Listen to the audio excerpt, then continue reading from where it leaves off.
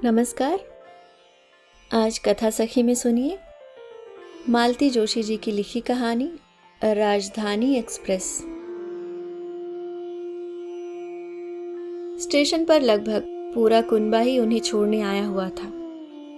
नई बहू के प्रति उनका यह प्यार दुलार देखकर नेहा तो गदगद हो गई थी, परंतु जुगल किशोर ने उसकी यह खुशी ज्यादा देर टिकने न दी। दर्जन भर प्लेटफॉर्म टिकटों के पैसे चुकाते हुए वह खींचकर बोला था, सब साले राजधानी एक्सप्रेस देखने आए हैं। अरे ट्रेन जैसी ट्रेन है, उसमें कोई पर लगे हैं, बॉर्डम कहीं के। नेहा तो सुनकर दंग रह गई थी। अपने ही घर वालों के प्रति कोई इतनी घटिया टिप्पणी कर सकता है? वैसे उसे इतना हैरान होने की जरूरत नहीं थी। पिछले 8 दिनों में वह इस व्यक्ति के बड़बोलेपन और खोखले दंभ के शर्मनाक प्रदर्शन से परिचित हो चुकी थी। उसे तो बल्कि डर ही लग रहा था कि इंदौर जाकर यह पता नहीं क्या गुल खिलाएंगे। इस डर के कारण शादी के बाद पहली बार पीहर जाने की खुशी भी मध्यम पड़ गई थी। अपने स्नेही परिवार का केंद्र बिंदु बना वह व्यक्ति लगातार लंबी हाके जा रहा था। उसे झेलना नेहा के लिए लगभग असहनीय हो गया था। गाड़ी जैसे ही प्लेटफॉर्म में दाखिल हुई, उसने राहत की सांस ली। उसे लगा कि यातना का दौर अब समाप्त हो गया है। बेचारी, उसे क्या पता था कि यातना का दौर तो अब शुरू हुआ है। गाड़ी के रवाना होते ही बैरा पानी की बोतलें दे गया। ठंडी तो है ना? तब तक बैरा काफी आगे निकल गया था। जुगल ने उसे वापस बुलाया और पूछा, बोतल ठंडी तो है ना? आप खुद देख लीजिए, दूसरी ले आओ, यह ठंडी नहीं है। जुगल ने दोनों बोतलें वापस लौटा दी। नेहा का प्यास के मारे गला सूख रहा था, पर वह छटपटाकर रह गई। उसके बाद वेटर तब नमूदार हुआ जब सूप सर्व हो रहा था। अभी से सूप दे रहे हो? जुगल ने कहा। खाना कब दोगे? जी 12 बजे। 12 बजे कोई खाने का टाइम है? सुनो, हमें 12 बजे सूप देना और 1 बजे खाना, समझे? बैरा सूप लेकर आगे बढ़ गया। 2 बार याद दिलाने पर पानी की बोतलें आईं। जुगल फिर कुछ कहे, इसके पहले ही नेहा ने अपनी वाली बोतल खोलकर मुंह से लगा दी।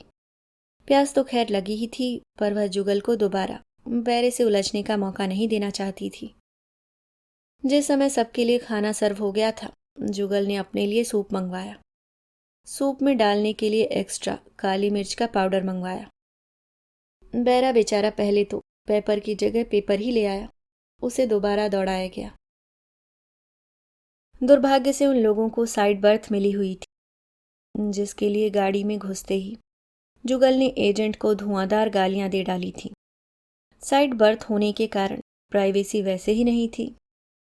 फिर इस तरह की शोबाजी के कारण आसपास बैठे लोगों की नजरें बार बार इसी ओर उठ रही थीं। नेहा संकोच से गड़ी जा रही थी। सबको खाना सर्व होते देख नेहा को भी भूख लगाई थी। सुबह संकोच के मारे ठीक से नाश्ता भी नहीं कर पाई थी। 1-2 बार दबी जबान से उसने पति से कहा भी था, पर बुरी तरह झिड़क दी गई थी। एकदम रुआसी हो आई थी वह। जब सबका खाना समेटा जा चुका तो जुगल ने बैरे को ऑर्डर दिया, हमारा खाना लगाओ। और उसके बाद जुगल ने एक अप्रत्याशित कदम उठाया। आमने सामने वाली बर्थ के बीच में खिड़की के पास एक छोटी सी टेबल होती है।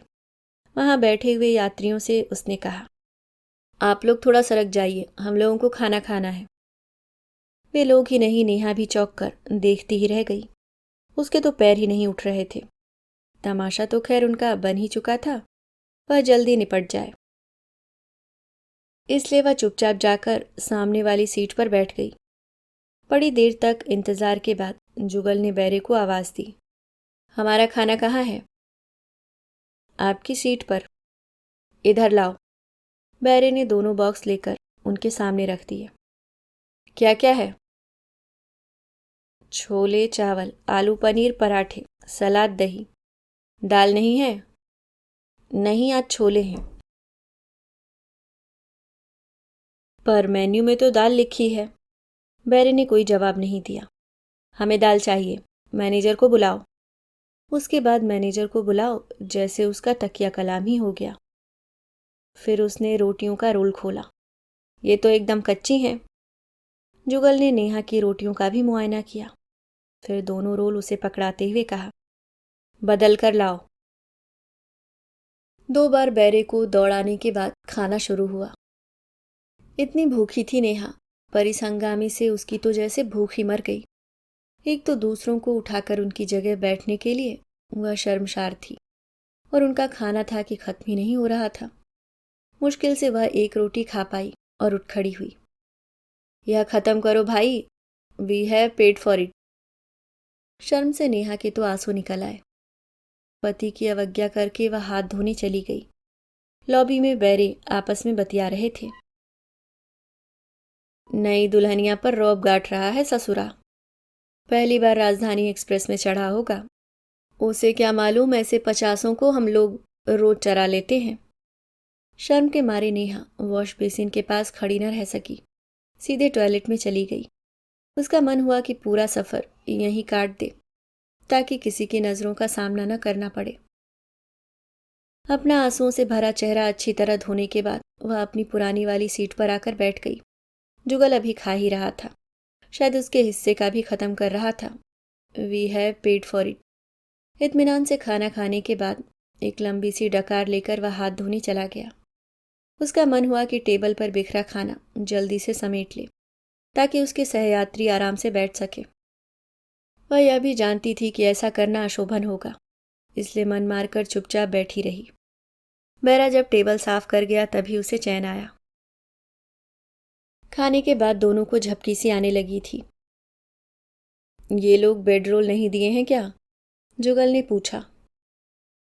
नेहा ने ऊपर वाली बर्थ की ओर इशारा कर दिया। जुगल लिफाफे खोलकर एक एक चीज निकालने लगा। देखना जरा साफ है कि नहीं, नहीं तो बदलवाता हूं। ये लॉन्ड्री पैक ही होते हैं, नेहा ने कहते हुए ऊपर की बर्थ पर बिस्तर लगा ही दिया। अपना भी लगा लो। लगा लूंगी, आप ऊपर तो जाइए। इतने लोगों के सामने सोने का तो सवाल ही नहीं था, पर उसने हुज्जत नहीं की, नहीं तो सुनना पड़ता। We have paid for it. पीठ के पीछे तकिया लगाकर उसने पैर लंबे कर लिए और पैरों पर चादर डाल ली। 4 बजे चाय आई। फ्रूट्स कहाँ हैं? जुगल ने पूछा। चाय के साथ फ्रूट्स? नेहा ने कहना चाहा तो जुगल ने उसे घुड़क दिया। तुम चुप रहो। मुझे पता है चाय के साथ फ्रूट सर्व होते हैं। फिर बैरे से कहा, तुम जरा अपने मैनेजर को बुलाओ। थोड़ी देर बाद बैरा 2 बाउल्स दे गया, जिनमें सेब की व केले की फाके थीं और थोड़े अंगूर थे। जुगल ने एक अंगूर मुंह में डाला और विजयी मुद्रा में नेहा की ओर देखा। तभी एक स्मार्ट सा आदमी उनके सामने आकर खड़ा हुआ। I am the manager, any complaint sir? चाय के साथ फ्रूट्स क्यों नहीं सर्व किए गए? किए तो हैं। उसने बाउल्स की ओर इशारा किया। वह तो रिमाइंड करने के बाद आए हैं। वो बात यह है सर कि फ्रूट्स हम सिर्फ AC1 वालों को सर्व करते हैं। नेहा को लगा कि धरती फट जाए और वह उसमें समा जाए, पर वह धरती पर कहाँ थी। वह तो राजधानी एक्सप्रेस की AC3 की बोगी में सफ़र कर रही थी, और मैनेजर ने बड़ी विनम्रता से उन्हें उनकी औकात बता दी थी। तो ये हम पर एहसान किया जा रहा है? जुगल फुफकार उठा। एहसान कैसा सर, आप तो हमारे मेहमान हैं। आपको खुश रखना हमारा फ़र्ज़ है। Carry on and thank you. उन फलों को छूने की भी नेहा की इच्छा नहीं हुई। जुगल ने ही दोनों बाउल्स खाली किए। 6 बजे के करीब वेटर शाम के खाने को पूछने के लिए आया। उन लोगों को 9 बजे भोपाल उतरना था, जहां जुगल के दोस्त के यहाँ रात गुजार कर वे सुबह इंदौर के लिए रवाना होने वाले थे। खाना रात का वहीं था। वह सचमुच खुश थी कि दोपहर के खाने का तमाशा रात को रिपीट नहीं होगा। उसे सचमुच हॉल बैठ गया था। बैरा जब पूछने आया तो जुगल उससे मेन्यू दरियाफ्त करने लगा। पर हम लोग तो, नेहा ने कहना चाहा तो जुगल ने उसे घुड़क दिया और बैरे से कहा, दोनों नॉनवेज और दोनों पैक करके लाना। लेकिन मैं तो, नेहा ने फिर कहना चाहा तो जुगल झल्ला उठा। तुम थोड़ी देर चुप नहीं रह सकती? मालूम है हम मुकेश के यहाँ जा रहे हैं। उसकी बीवी ने जो भी पूड़ी सब्जी बनाई होगी तुम खाना, हम दोनों चिकन उड़ाएंगे। शाम को फिर सूप आया, गर्म नहीं था इसलिए लौटाया गया। फिर 2-2 ग्लास मांगे गए, साथ में पेपर पाउडर भी। उफ, ये आदमी कितनी काली मिर्च खाता है, तभी ना दिमाग इतना गर्म है। उतरने से पहले अपना हुलिया सुधारने के लिए वह बाथरूम गई तो बैरी की बात फिर कानों से टकराई। वह सरफिरा भोपाल उतर रहा है। अच्छा है, नहीं तो रात भर कान खा जाता।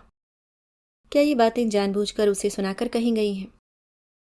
स्टेशन पर मुकेश सपत्नी लेने आया था।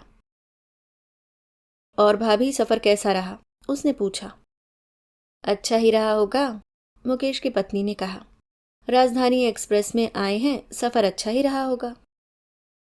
नेहा का मन हुआ कि कहे, ये सफर तो जैसे तैसे कट गया भैया, पर अभी तो पूरी जिंदगी पड़ी है।